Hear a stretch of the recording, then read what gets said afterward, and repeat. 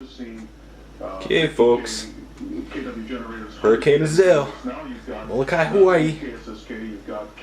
4 p.m. 8 hours till we get the leading edge of it. Got my bug out bag packed. And get one pole. Get my rifle.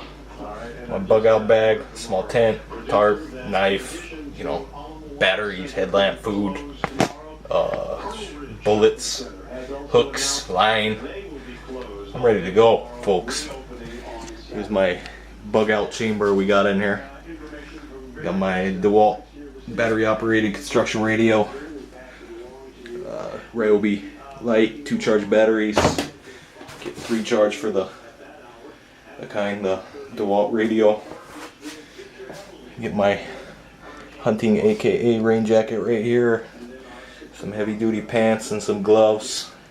Some tie wire at the ready. I don't know why, but that's my fortress for tonight. Hopefully it holds up. Alright, more to come when the wind starts blowing, rain starts falling. Shoots in. Aloha.